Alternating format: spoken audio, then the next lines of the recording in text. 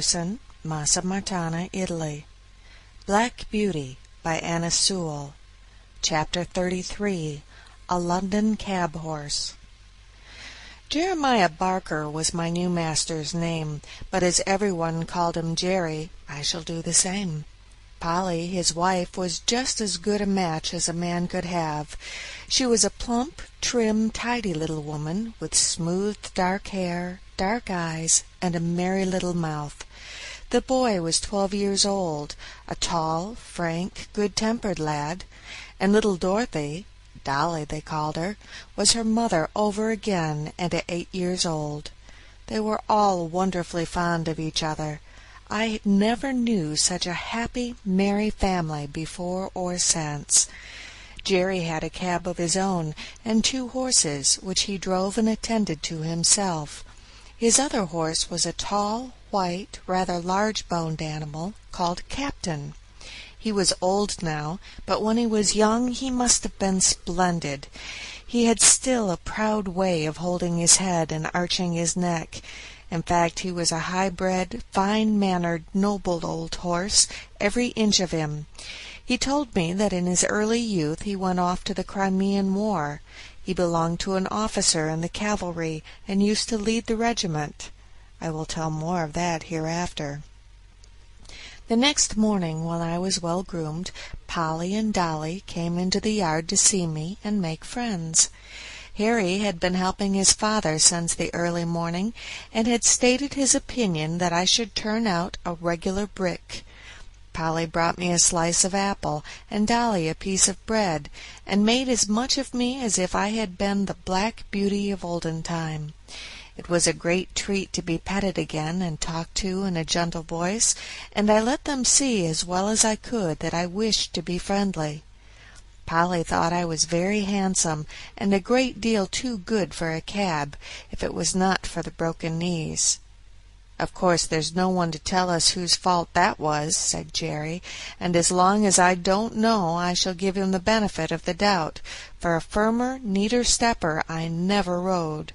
We'll call him Jack, after the old one, shall we, Polly?" "Do," she said, "for I like to keep a good name going."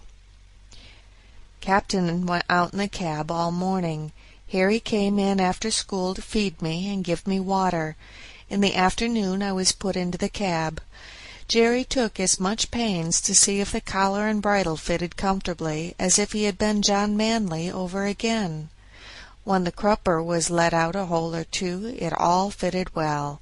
There was no check-rein, no curb, nothing but a plain ring-snaffle.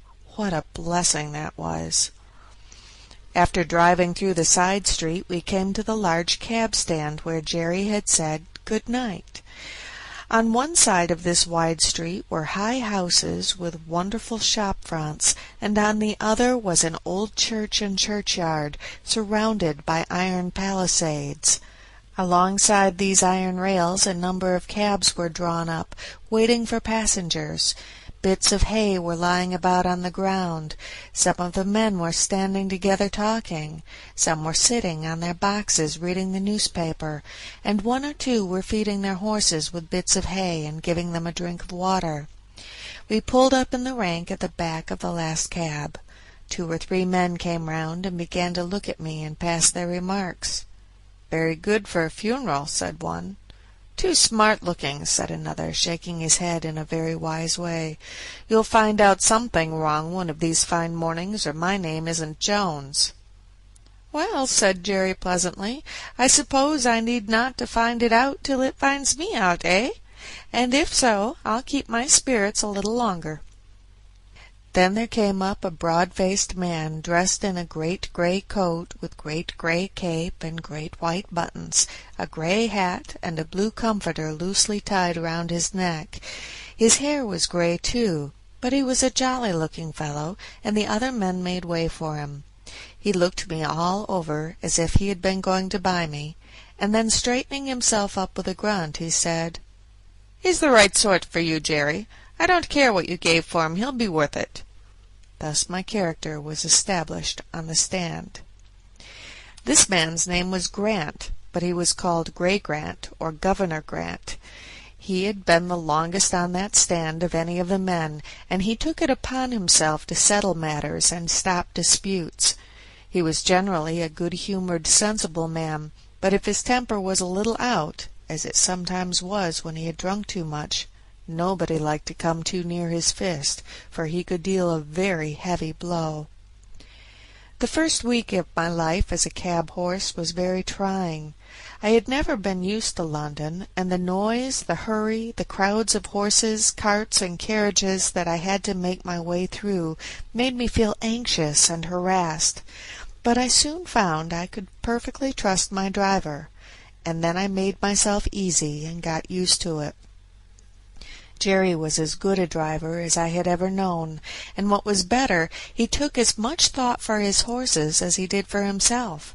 He soon found out that I was willing to work and do my best, and he never laid the whip on me unless it was gently drawing the end of it over my back when I was to go on. But generally I knew this quite well by the way in which he took up the reins, and I believe his whip was more frequently struck up by his side than in his hand. In a short time I and my master understood each other as well as horse and man can do. In the stable, too, he did all that he could for our comfort. The stalls were the old-fashioned style, too much on the slope, but he had 2 movable bars fixed across the back of our stalls, so that at night, when we were resting, he just took off our halters and put up the bars, and thus we could turn about and stand whichever way we pleased, which is a great comfort. Jerry kept us very clean and gave us as much change of food as he could, and always plenty of it.